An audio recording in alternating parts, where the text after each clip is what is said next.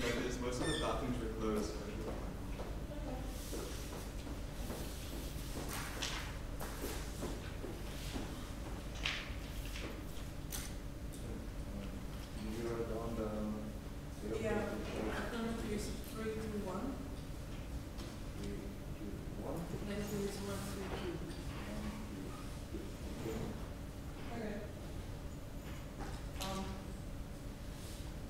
We're just waiting for another minute, and then we're starting.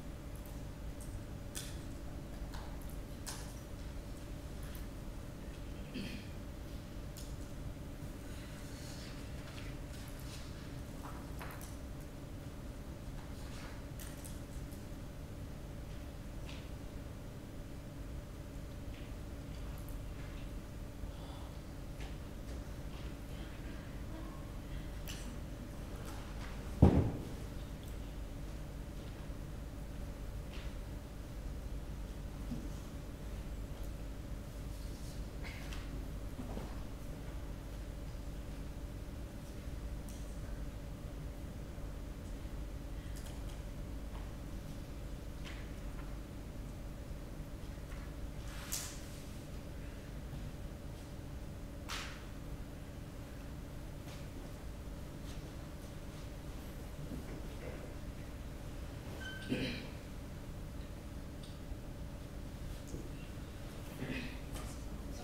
let's start. So, welcome to the final round of the KPDC 2014, the Global Youth Forum.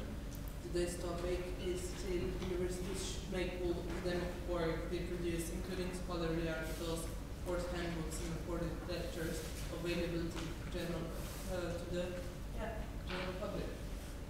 I will also be your timekeeper, meaning I'll show you remaining minutes and the last 30 seconds. Then dates is assigned for the end of your speech, the end of your time. So basically, you have 15 seconds to finish your thoughts, and that's it. First speech is 6 minutes, all other speech is 5 minutes, and 3 minutes for process. Each team has 8 minutes of prep time. Okay? Okay. Unless there are some other questions, I would like to invite the first speaker for the affirmative team.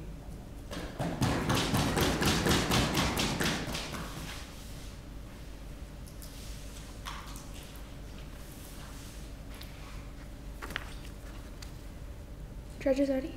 Okay. Opponents ready? Plato said, "The direction in which education starts a man will determine his future in life." Plato's words cannot resonate more soundly in today's debate. We all at Affirmative value education. Therefore, my partners and I are here today supporting the resolution that the university should make all academic work they produce, including scholarly articles, course handbooks, and recorded lectures, available to the general public. Before we go further in today's round, we would like to define a few key terms. The Oxford English Dictionary defines academic work as ever relating to learning and scholarship. The Cambridge English Dictionary defines the general public as ordinary people, especially all who are not members of a particular organization or who do not have any special type of knowledge. In this case, that means that the general public applies to all people who are not members of a university. Available means that an individual has the ability to obtain the material. We would like to know our difference between availability and accessibility. Available means that there can be a small fee on the price. It doesn't mean that it means that the material does not have to be free. The university may put a small fee, but of course it cannot be as high as attending the university itself. Now moving on to our contentions. Our first contention is that making scholarly articles available to the general public expedites research. By giving the general public access to scholarly material produced by a university, researchers and businesses will have more competition to find medical breakthroughs and advances, which benefits research. We can look to this in the case of Jack Andraka, a 15-year-old who used only open access to find a test for pancreatic cancer. According to the Scholarly Publishing and Academic Resources Coalition, Jack's test costs 3 cents and takes 5 minutes to run, with nearly 100% accuracy, making it 26,667 times cheaper, 168 times faster, and 400 times more sensitive than current tests used for pancreatic cancer. The efficiency and accuracy of this test is amazing, and it's due to open access that we have it. So as we can see, these medical breakthroughs have the potential to save millions of people dying from treatable and preventable diseases today. And by making all academic work produced by universities available to the general public, society will benefit from the many scientific advances that come with it. Now, our second contention is that open access will benefit the economy. Huge economic benefits come from making scholarly materials available to the general public. According to Dave Carr and Robert Kiley of New Statesman, the Human Genome Project during the 1990s and early 2000s was placed in the public domain, which started with a $3.8 billion government investment that led to a $796 billion economic impact, which is a 210% increase. This is a clear indication of the economic benefits that come from open access. Now, this is just one company with these enormous benefits. With open access, we can get other companies to benefit like this too and help our economy. If we did not make scholarly materials available to the general public, we would be losing the opportunity to huge beneficial impacts. Now, moving on to our third contention, course handbooks and recorded lectures promote societal welfare. Open courseware promotes higher quality research that can be shared around the world.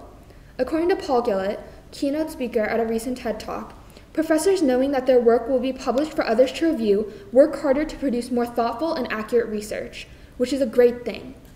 Not only is the work published of higher quality, but it can also be used by professors at schools with fewer resources as teaching tools. In effect, better quality research is produced while benefit both the reader and author. Open courseware is also a growing trend throughout the world. The open courseware movement started only 10 years ago, but there are now more than 13,000 online courses available for free today. More than 240 institutions worldwide are now involved in the open courseware movement, and there are over 800 translations of classes. Also, 250 copies of classes are sent to regions where there is little or no internet access. Open courseware is a movement that is continually extending throughout the world. What this shows is that open courseware helps globalize education by sharing materials and resources between schools. Open courseware is in line with globalizing nature of the rest of the world by creating stronger intereducational ties that benefit all involved and promote societal welfare in unprecedented ways. Recorded lectures have also proven to benefit both teachers and students as an additional teaching tool around the world. In fact, they have been proven to help students succeed in the classroom. After reviewing student performance examined in 17 articles, studies agreed that recordings help students achieve better grades and improve performance in a course study. It's shown that students in a course with recorded lectures have better grades than students in courses without recorded lectures available for them to review once they're done with the lesson. And so not only does open courseware and recorded lectures serve as global teaching tools, but they also increase the quality of education and study. In sum, we've shown that economic, medical, and societal benefits of making academic work available are a vital tool for everyone around the world. And as we can show through the Human Genome Project and through the increased grades of these students with recorded lectures, open courseware and open access is a better solution for those who are involved, because people who just go to universities get these benefits, but by opening it to others, we are allowing them to have the same opportunities and benefits that they would not have had before. And for those reasons, we would strongly urge an affirmative vote. Thank you.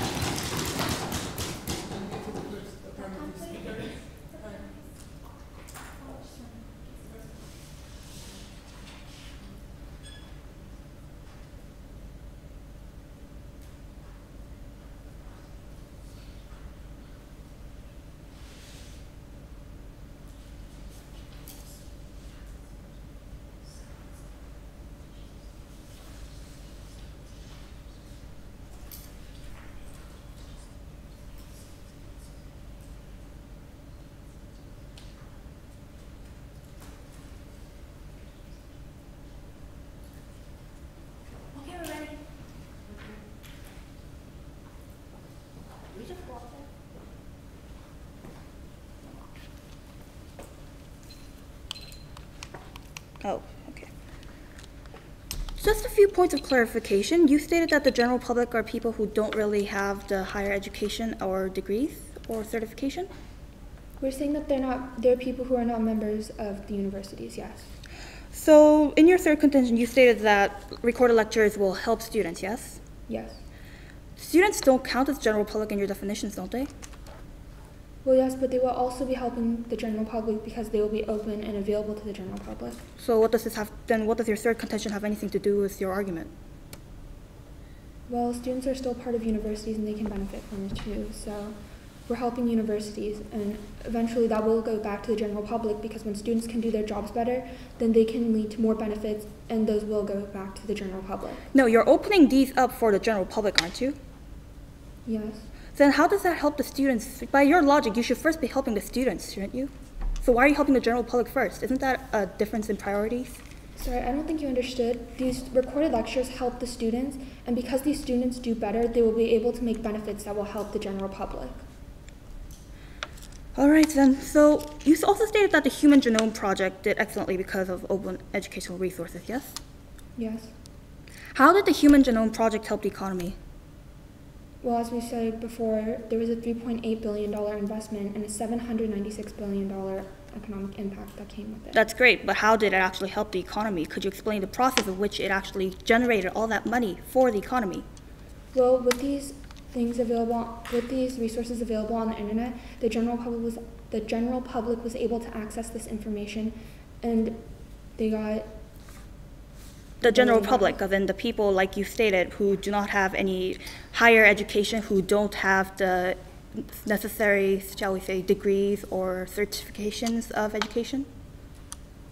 But they can still donate money if they want to, even if they're not maybe as highly intellectual. So how did it help the economy? Because they got money and they made a profit. Wait, so you're saying that by opening it up, it suddenly made a profit magically? No, but we're saying that because it was open, these people were able to access it, and if they wanted to, they could have donated, and we're not sure about the exact process, but they did make a profit, and that's important. All right then. So one last question. What kind of universities will be opening these up? Will it be just every single university in the world opening up their resource and making it available, or will it be certain universities? It would be universities that, as we said, relate to learning and scholarships. So what kind of universities then?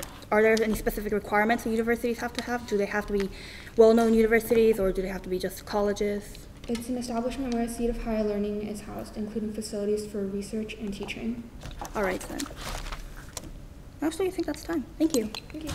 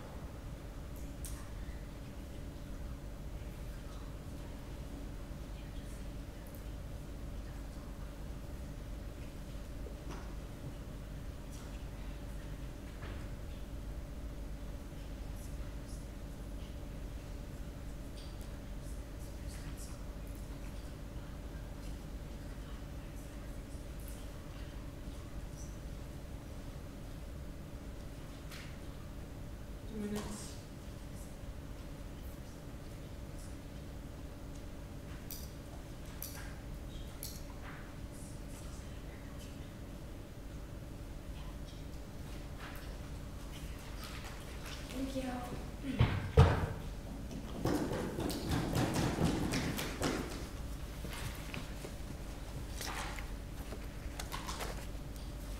1 second.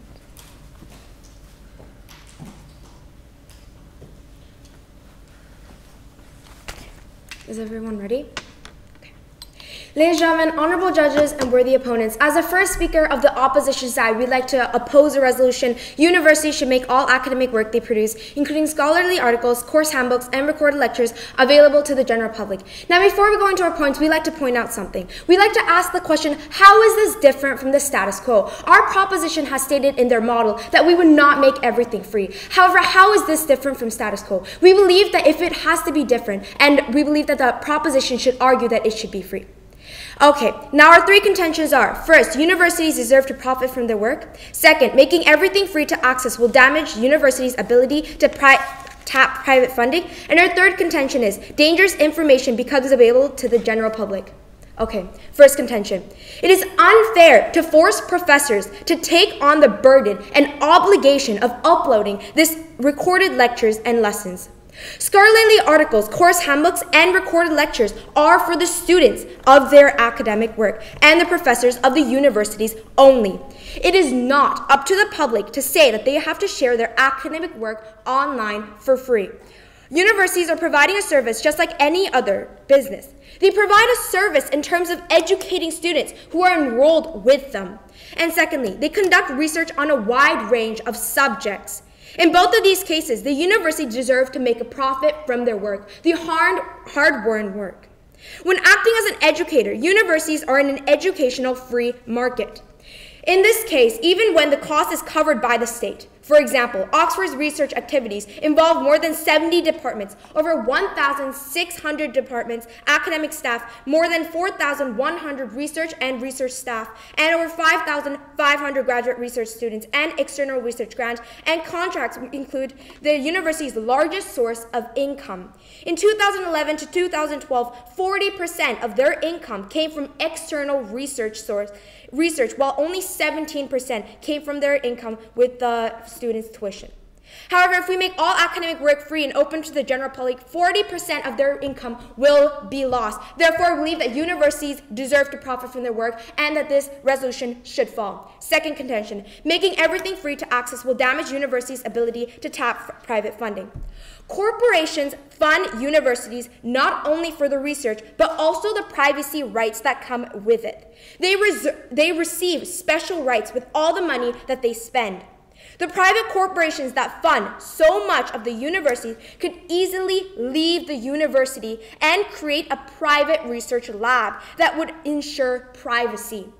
In other cases, the universities could even lose their professors, as they could not only earn a lot of money, but also have recognition from their new professors as a researcher.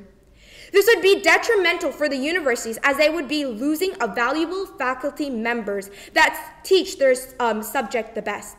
The school, students, and community would be in loss from this. Third contention, dangerous information becomes available to the general public.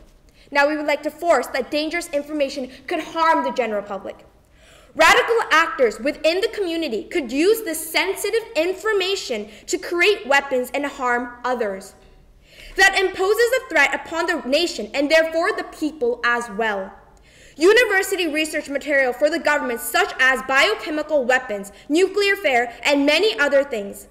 Also, university research statements within other countries, such as surveys done by ISAT in Afghanistan about the Taliban proposing and opposing villages. If the academic work was made public to the general public, and the Taliban or Taliban supporting countries have access to this very information, it would be detrimental for those who attend the research and also discourage further research. Therefore, research will decrease, reducing future studies and education within our society. This means that the other countries will have less knowledge on other countries and nations, and thus less of integrated world. And even if our opponents think that the academic work will stay within one region, everyone knows that it is impossible, as the information could easily be transferred by citizens, hacking or leakage.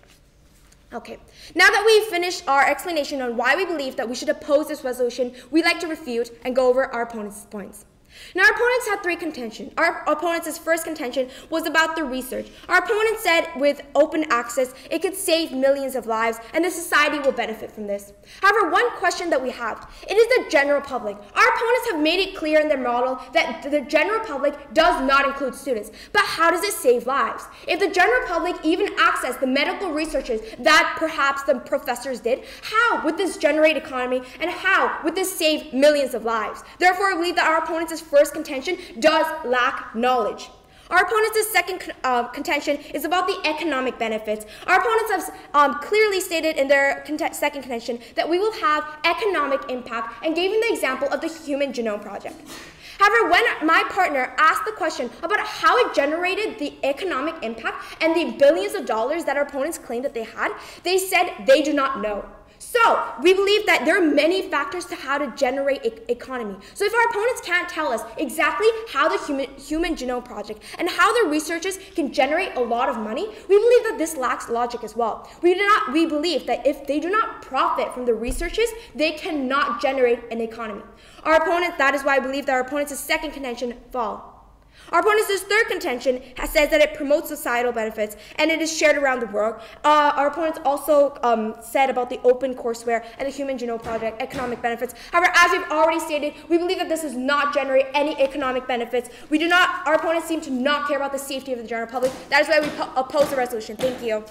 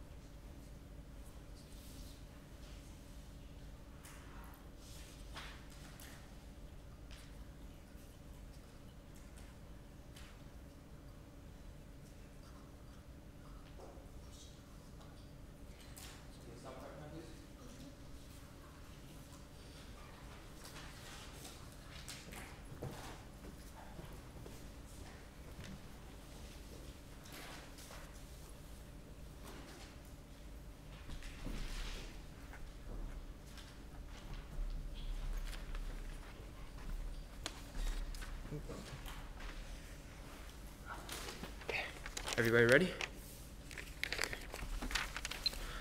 Now, first off, does military research get taught to students? Pardon? Does military research, as you stated, biochemical weapons, etc., does that get taught to the students? Taught to the students? Yes. Well, we believe that inside a university, there are lots of different subjects that the students can learn. Therefore, I believe that, yeah, they could learn about it if they wanted to learn about that. So they could if they wanted to? Yeah, because there's lots of subjects. But what about now? Do they learn it? Yeah, so, some students, obviously, to get to the professors, we believe that the students need to, So you believe that professors are just going to allow the nation's security be taught to the students? Excuse me? You just said that they pretty much, that the universities research biochemical weapons, other weapons used that terrorists could exploit to go against the country. Do you believe... village, yeah. But.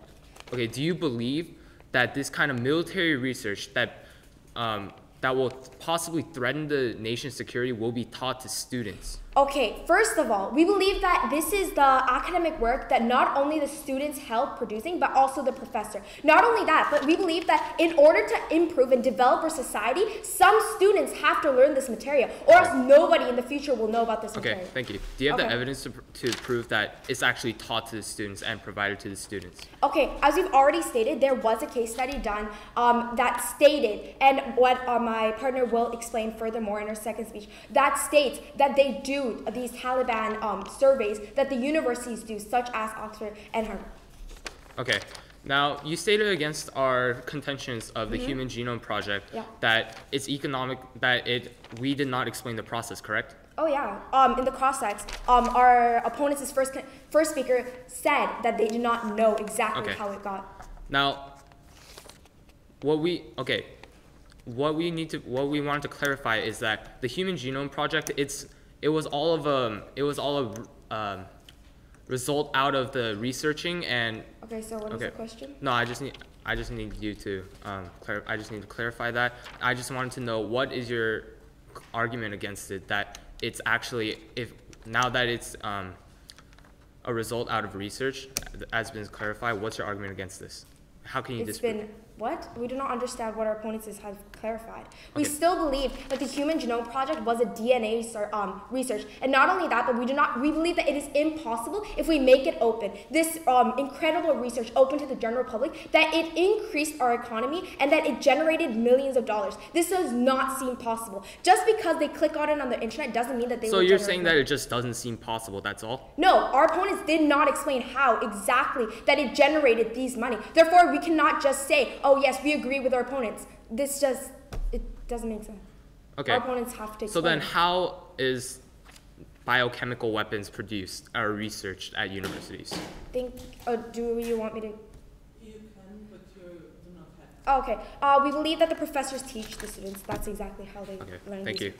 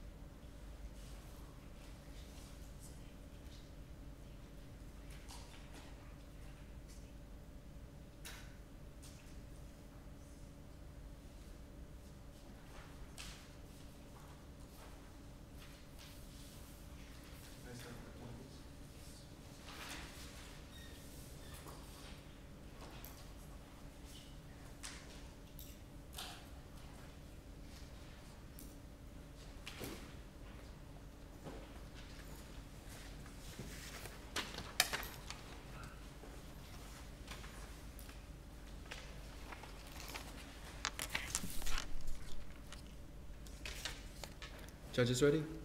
Opponents ready? Hi, today we are talking about education. Both sides today want the benefit of education to everyone in the world. However, the negative side does not want progress. They do not want online access, which is the new digital age. They do not want the general public to be able to benefit. First, I'd like to go over our own contentions again, and then refute theirs. We stated that making scholarly articles available to the general public expedites research. I'd first like to point out they did not mention anything about this. Furthermore, I'd like to back it up some more. This expedites research because many companies get this information and they can share their work with each other. If only one company is working on something, it's obvious that it's not going to be as fast as two companies. Furthermore, this also goes along with the point that they say that we shouldn't allow private funding will be gotten rid of. But this is actually a good thing because right now they're supporting corporations. They're supporting big business that will take the information and use it to profit. But by having open access, many companies will have this information and be able to use that information to create positive changes. Our second contention was about how course handbooks and general recorded lectures promote societal welfare. This is extremely good for the public. Furthermore, students are what make the changes in the world. They're the new generation. They make positive changes. The research and work that they do helps our society. If we want to help the world, we have to first help by getting education to everyone that we can. By having course handbooks that they did not refute, by having course handbooks distributed, people who don't normally have the ability to go to colleges can learn more. People who already are in college can learn more and get positive changes and benefit their research in the future. Now I'd like to move on to their points. They say that, how is this different from the status quo? Well, the reason this is different from the status quo is because right now we are progressing toward open access. Right now the benefits that are coming from open access are slowly getting bigger. Furthermore, they said that private universities deserve to benefit from research. Well, the majority of universities are public. If they're saying only private universities should be able to get it, then they're not supporting the majority of public funding. They also said that teachers shouldn't have to upload, but if you look at the topic, it says that universities should make all academic work they produce. Some teachers don't produce recorded lectures. The topic does not say that teachers are forced to record lectures. It's only pre-existing recordings. They also said that external profit is 40%, but they have disregarded the fact that journal costs, which is what they are supporting, how journal costs are extremely expensive and how cost the universities far more than losing private funding. They also said that you can't tap private funding, but again, journals cost more than this private funding. Furthermore, they said that one of their main impacts was that we will lose professors, that universities will lose money. But the thing is, Harvard and MIT, two huge colleges that have so many teachers, are already going to open access. They are already making the change. They have so much to lose because they are the top colleges, but yet they know the benefits of open access. They know what they can do to help the public, and they are doing it. Furthermore, they said it's dangerous information can be leaked out. So what they're saying is that for some reason, universities that teach their students about bombs, it will somehow become leaked out. Well, what we can first see from this is that it's non-unique. As in their case, they say that hackers can get the information from other people. So this is non-unique. If they're saying that hackers can get that information, hackers can also get into universities. This is a non-unique argument. Furthermore, to go along with it, it's not relating to the definition. We're saying recording scholarly and also relating to the students. Students aren't learning about how to create nuclear weapons. Students aren't learning about bombs unless you're in a military school.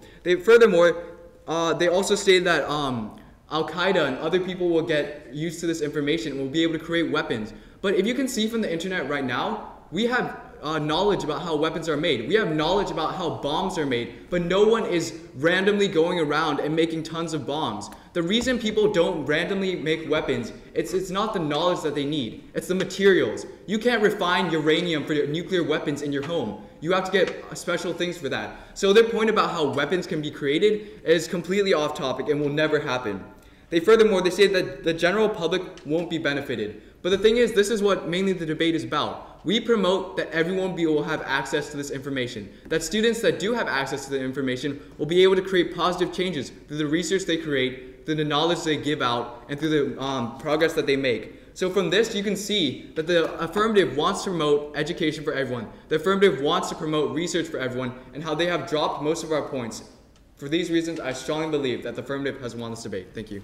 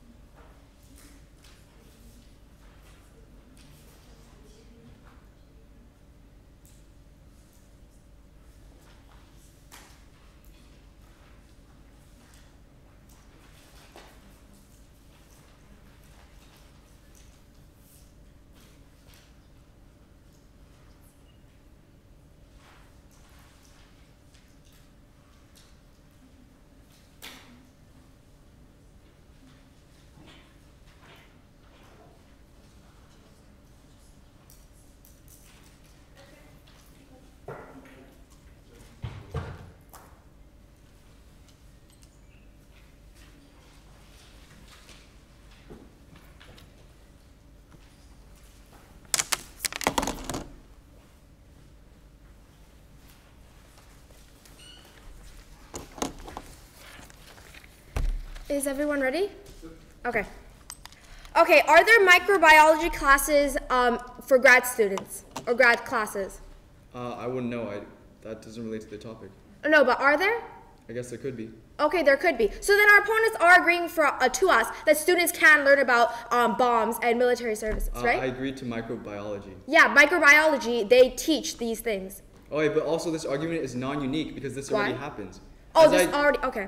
But we believe that we not only talked about hackers, but we also talked about other terrorists that gain information to these crucial information. What is our opponent's response to this? What kind of crucial information are you talking about? How to make bombs? How do you make bombs? Oh, that is up to the, what? The Harvard University, Oxford Universities made blueprints to make bombs. If terrorists can access this, do not our opponents think that it could be detrimental to our national security? Are terrorists already making weapons? Terrorists already have access to this information. This is a non-unique argument. You're saying that for some reason, because universities will give out information, that suddenly terrorists will be able to get that. But the reason is they can't get the materials. That's the main part. This is a non-unique argument, and it's a slippery slope that's leading to the most detrimental effect that you can find. Okay, but then our opponents are saying that the general public, we're opening up access for the general public to benefit, right? Yes. But what if it didn't benefit the general public, but then put them in danger? Well, Would this it's still not be, putting them in danger. But what if? Then this resolution shouldn't stand, right? Well, in that hypothetical situation, that would have never happened, I guess. But then if we could prove that? I don't It think could be we can. detrimental. Sure. Okay then. Okay, moving on. Our opponents said about the journals costs more. Yes. Okay. Do our opponents know who funds these researches to be done? No, universities fund these research, but the research to be in these journals, to publish, let me finish. Okay. To publish an article, you have to publish it into a journal, and then they have to buy that journal back. Many libraries can't even afford to buy these back now. So this is far more detrimental than losing private funding. Okay, there was one thing our opponent said, the universities fund researches?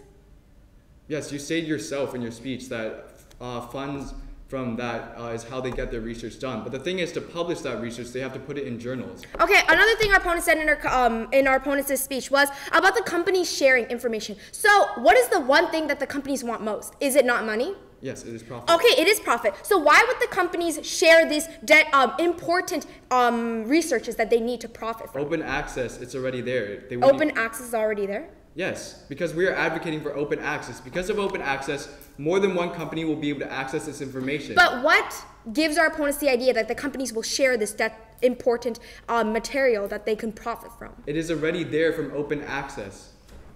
Right now, in status quo, it's open access. Yes. Then why would the companies or corporation pay a lot of money to get the researches done? What about their privacy rights? Could you rephrase your question? What about the privacy rights? I don't see how that's relating to anything. Thank you.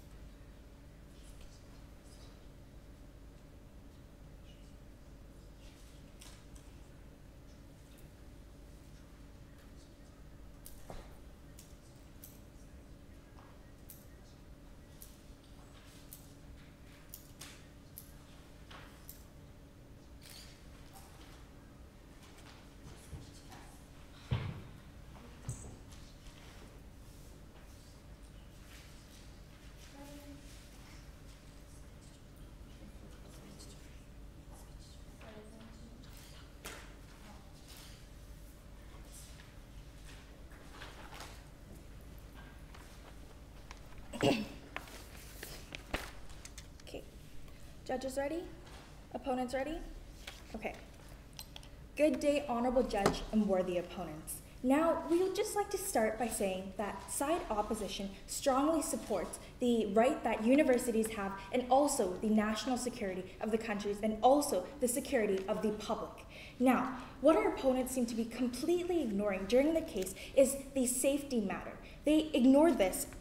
Okay, so this is what our opponents' response to our cases were regarding the dangerous material. They talked about how Taliban supporting villages won't come up in scholarly articles. In Harvard University, there was about 4 scholarly articles done in 2011 alone about Taliban supporting villages. However, this is kept confidential because if the Taliban was to have access to this, which they could if this was made open to the general public, these villages would be in serious harm. They'd be in serious danger because these Taliban would know that yes, this, and this village does not support me, which means that these villages and other people will be in trouble. Okay. Also, we talked about biohazardous harms that could come. Now, what our opponent said was that this was not unique and that if hackers, like we stated, could get the information, then everyone could get it. We're talking about ordinary citizens, like their definition, honorable judges. So what we're saying is that let's look to the example, the case study of the Amerithrax, okay? In 2001, there was 2 ordinary American citizens who decided to take information from universities by secret and completely ruin people's lives and kill so many people with this information. It was such dangerous information that people were harmed by this. Honorable Judge, if more information is available to the general public, this means that there will be future harm. Moving on to our opponent's cases. Okay, our opponents talked about how, we didn't talk about how it expedites research and that if instead of one company working on something, there will be 2 companies working on something. Our opponents seem to be living in an idealistic society. This will not happen. Why? Because companies thrive to benefit themselves. They thrive to benefit their capitalistic economy. So what will happen is that they will move to private labs, and yes, university professors will move with them because private labs pay much more, which was actually a case study done as Harvard professors left their university to move to a private lab. Okay, our opponents talked about how society benefits. However, there will be less education, as we stated in our third contention about the dangerous material, if there is less surveys and less information being created because of this, and if there's less funding in order to make journals and in order to make scholarly articles, which was our second point. The ability to tap private funding is gone. So what we mean by this is that 17% in Oxford 17% of their income comes from tuitions. However, 40% comes from private companies because they want experiments and because they want studies done. So this means that there will be less education as less academic work will be created. Our opponents also talked about how there will be economic benefits. They brought up the interesting case of the Human Genome Project, which our opponents didn't know at all. They just knew the name. They did not know how this actually benefited the economy. However, side opposition does. How it benefited the economy was it didn't benefit the general public. It didn't boost the economy. What it did was gave the company and the company that funded the research more money, which is why they created the experiment. Okay.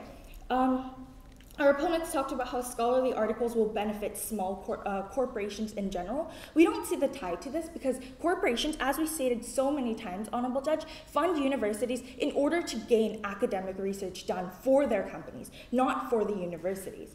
Our opponents talked about how professors will have more incentive to work.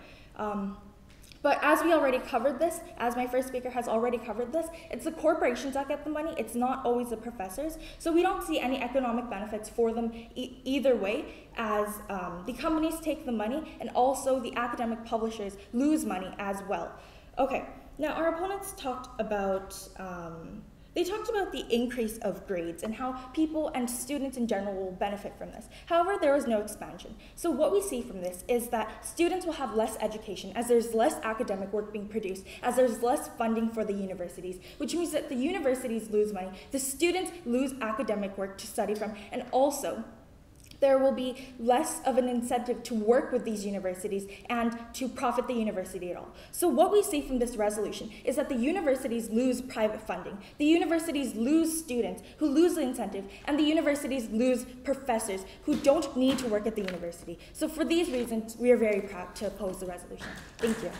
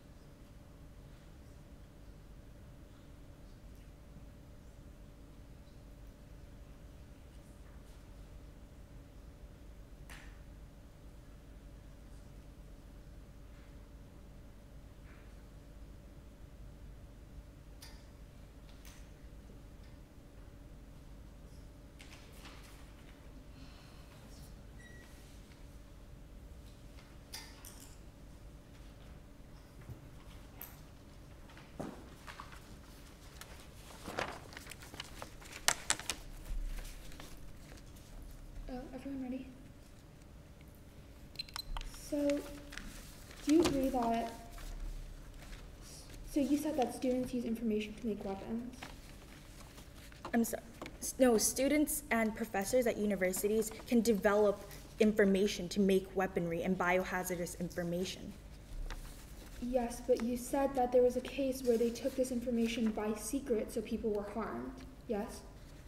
Yes, in the Amerithrax situation, which was extremely detrimental for the United States. This is non-unique. As we can see here, this is not open access, and they were able to have this information. Oh, okay, so what we meant by this is that that was just in secret, right? So what would happen if we made it available to everyone, all this information? If this was in secret and one situation happened, what would happen if everyone could do? But what we're saying is that this is already happening, and yes, you're saying that. And also, how did you know about these non-Taliban supporting villages? No, we don't know specific villages. We know there are villages that exist because that information gets out, but we don't get to know which villages support. But it's still out there, and the information is still out there, yes? No, it's not out there. It's out there that there are villages that support the Taliban, okay, but no, we don't know which ones because that's for the safety. I understand. Okay. And so, you said that it focuses on corporations, yes? I'm sorry? The corporations, they wouldn't want to let this information go? Because they benefit from withholding information. So, don't you think that when two companies compete, they'll lower their prices? Or if they want to publish something and get the credit for it, they'll publish it faster?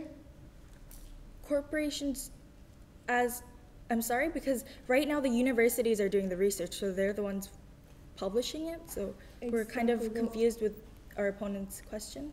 Because you said corporations publish what? Well, you're saying that corporations won't share the research and the information they're getting. Because that's what they're doing right now. Yes. They're not sharing the research because if one company, like let's say the... Okay, sorry, I understand. But then when these companies do compete, doesn't it benefit the economy? No. How is competition not better for the economy?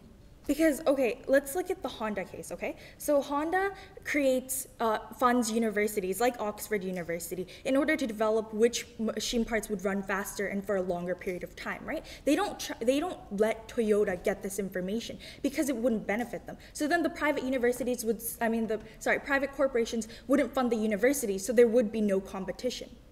That's what we're saying. Are you saying that the research comes from the universities or the corporations?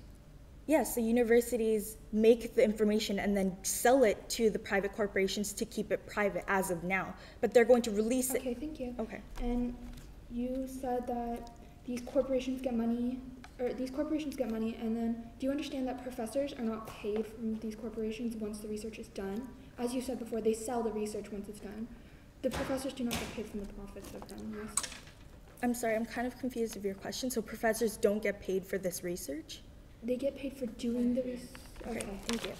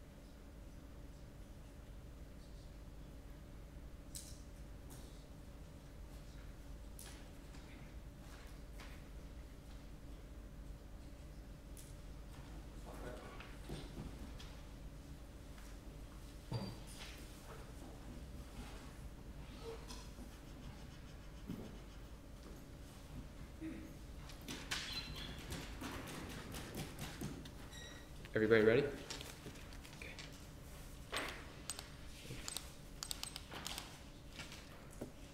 First, I would like to thank the previous speaker for their speech.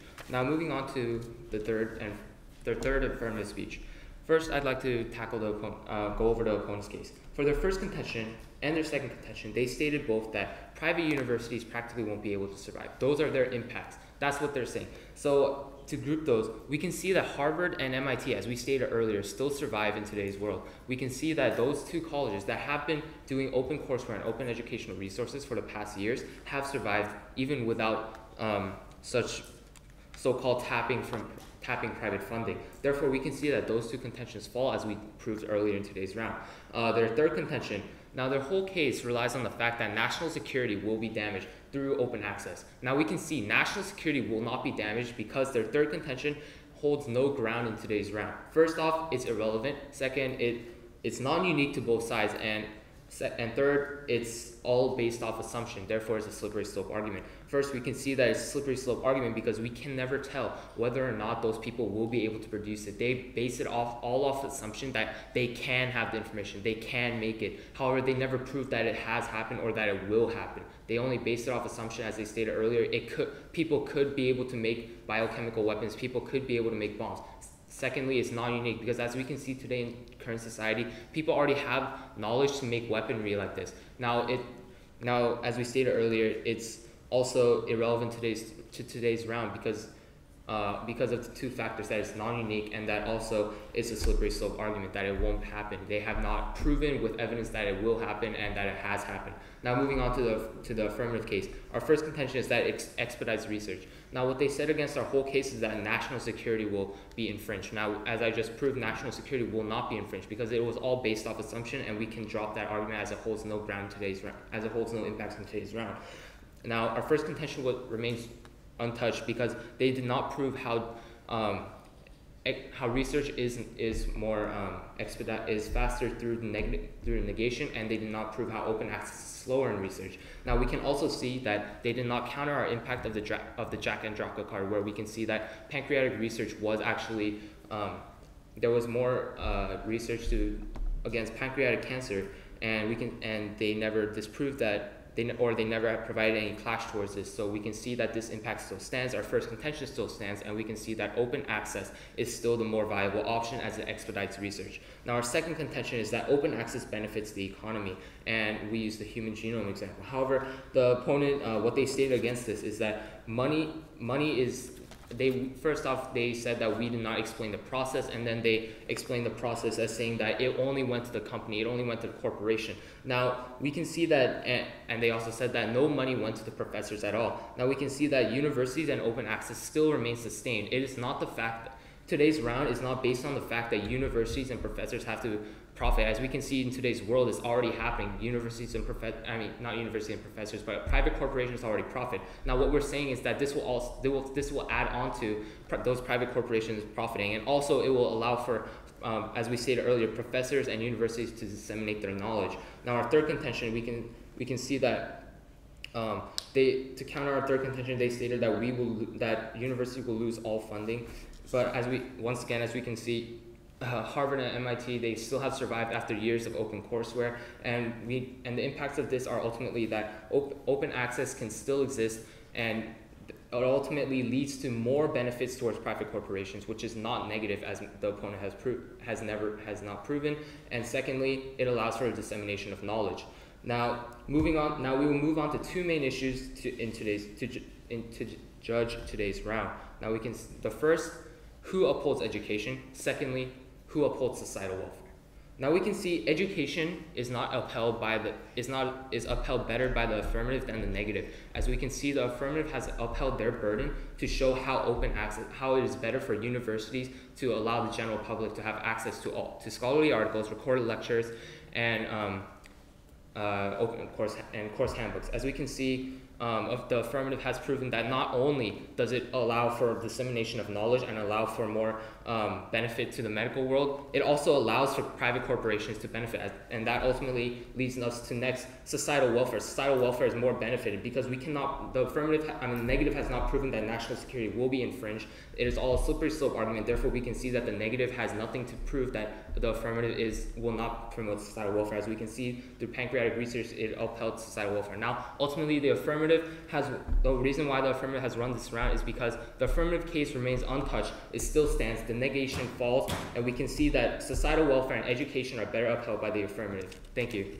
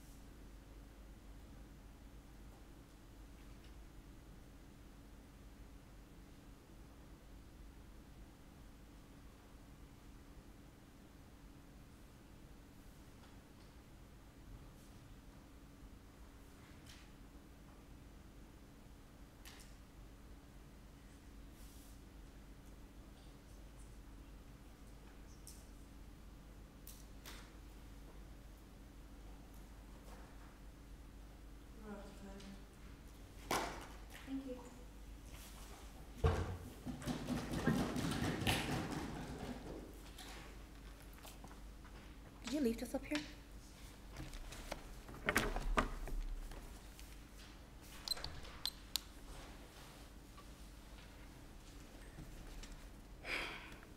So as the final speaker for the opposition side, I'd like to go over the two main themes that have come out in this debate and explain to you just why we believe that we are proud to oppose this resolution. So first of all, our proposition believes and lives in a beautiful world where everything gets better if you open up information. They have a lovely world. It's a daydreaming world. And that's exactly what it is. It's a daydream. It's very idealistic. It's not realistic at all. So here's the harsh reality of things. So let's go over to the first thing, the dangers of this. So what happens if we open this up? Well, our opponents essentially said, we're going to open everything up. And they've completely denied that, hey, there aren't dangerous things going on in universities at all. There aren't going to be any things about biochemical things or about nuclear. They stated that, hey, but it's already there, so it's okay, it's status quo. It's not going to get any worse if we open it up. Unfortunately, that's rather idealistic. They seem to assume that the general public is all made out of very good people who will never even think of turning to, say, becoming a homegrown terrorist. Unfortunately, that does happen in real life, and let's face it. Essentially, what they're saying is, in status quo, this happens. It's okay to open it up and make more information available. It's okay to make it more easily accessible. That's like saying that since there's a pinprick on my neck where it's just leaving out a tiny drop of blood, since it's already bleeding, it's okay to rub at it with a knife. It's okay to make it worse. It's okay to make it bleed even more. It doesn't make sense. You're essentially making the situation worse. You're increasing the dangers, and they've completely failed to realize that. So why does this have anything to do with the resolution? Why is this not a slippery slope argument of our opponents just blatantly claim and ignore facts? Well, when there are more dangers, more chances of danger in society, that harms society, that harms national security. That's bad in general. So why does this matter? That means that society does not benefit us, the proposition side claims so much. Then we can see that their case falls here, because society does not benefit when there are more chances of danger. It's like saying, hey, there's a disease going on, but it's okay to go around dancing in their brain. So society does not benefit. So we see that there are, in fact, dangers coming out of this by opening up this resolution and following it. So we think that we've won this part of the debate. So let's move on to another theme. Let's move on to the private funding, because that was another one that was talked about a lot. The private funding for universities are something that makes up a large key portion. We've covered that. They've sort of agreed to that. So yes, private funding is important for universities, because universities aren't made out of money. They're not made out of gold. They can't just magically produce money just because they're smart. So private funding is important. So why does this matter in this debate? Why does it matter when we open it up that people need private funding? Well, essentially, they stated journals cost more than private funding, so it's okay to open it up. That supports our case. Journals cost more, we need more money so we can buy those journals. We don't see how opening this up and cutting funding down, as we've shown you, cutting private funding down that will help us buy these journals is going to help their case at all. Rather, we believe that this helps our case. They can't make journals if they can't do the research. And they can't do the research if they can't have money, if they can't be funded, because universities, like we said before, aren't made out of money. They can't just randomly produce money, and they can't just fund it without private funding. Not only that, but our opponents almost entirely dropped the economic argument until the last minute. So let's go over that. They essentially say that opening these resources is going to help with the economy. They've given the Human Genome Project as a lovely example. Well, that's great, really, but they didn't really explain it properly. And not only that, even when we've given the explanation, they've completely denied it because that just interrupted with their ideal world. So like we stated, the Human Genome Project really didn't have such a great impact as our opponents would have claimed, but rather it actually helped our case. Now our opponents also said that the companies would want to share this information. Our opponents are also living in an ideal world in this situation. Companies are not idealistic people. They do not like sharing, let's face it. They like keeping those things inside there because they like the monopoly. If they want to get the claim on that information that, oh, hey, we came up with this first, they get a patent. They don't go out there publishing exactly how they came up with every single detail of this case. So let's face it, opponents, from our side, we say we're going to lose funding. And we've already shown you why funding is important. They've acknowledged that funding is important because universities need money to do research. However, their argument was that, hey, by opening this up, we'll be okay. No, we've shown you that realistically, you lose funding. That means you lose the research. That means you lose all the good work you can do. And that means it's going to be bad for universities.